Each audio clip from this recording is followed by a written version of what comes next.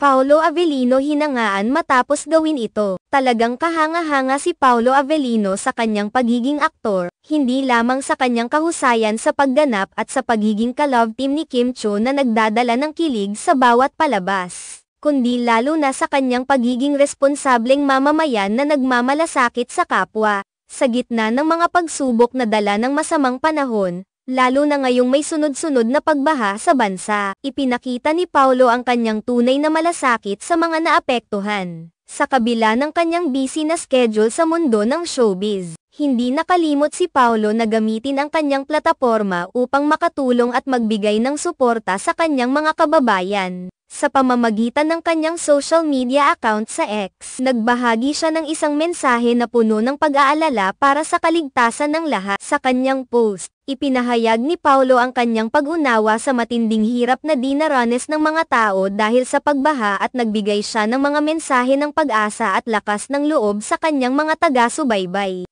Ang mensahe ni Paolo sa X ay naging inspirasyon sa marami. Sa katunayan, hindi lamang ito nagkaroon ng maraming likes at retweets, kundi dinumog din ito ng mga netizens na nagbahagi ng kanilang sariling karanasan sa mga pagbaha. Marami sa kanila ang nagbigay ng detalye kung paano sila naapektuhan ng mga malalakas na ulan at pagbaha sa kanilang mga lugar. Ang ilan ay nagbahagi ng mga larawan ng kanilang mga nasirang ari-arian, habang ang iba ay nagsalaysay ng mga aksyon na kanilang ginawa upang makaligtas mula sa masamang lagay ng panahon.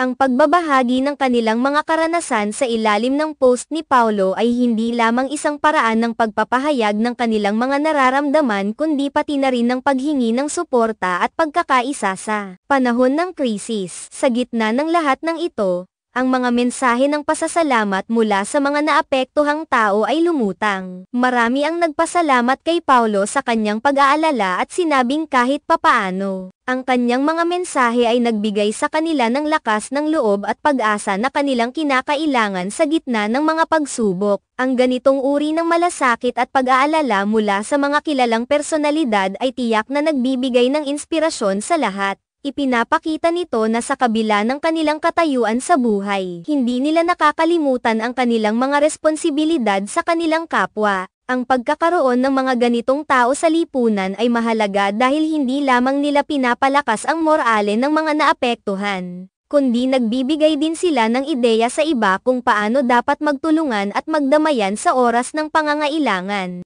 Sa mga ganitong pagkakataon, ang pagtulong sa kapwa ay hindi lamang nakasalalay sa mga material na bagay kundi sa pagpapakita rin ng malasakit at suporta sa emosyonal na aspeto. Ang pagiging bahagi ng solusyon at hindi lamang ng problema ay isang mahalagang hakbang upang mapanatili ang pagkakaisa at pag-asa sa ating komunidad. Kaya naman, ang pag-uugali ni Paolo Avellino sa panahon ng mga ganitong krisis ay isang magandang halimbawa na dapat tularan. Ang kanyang malasakit sa kanyang mga kababayan ay nagpatunay na ang tunay na kahulugan ng pagiging isang tanyag na tao ay hindi lamang nasusukat sa tagumpay sa kanilang propesyon kundi pati na rin sa kanilang pagiging responsable at mapagmalasakit na mamamayan. Sa kabila ng lahat ng pagsubok, ang mga ganitong gawaing malaon ng inaasahan mula sa mga kilalang personalidad ay patuloy na nagbibigay ng liwanag at pag-asa sa maraming tao.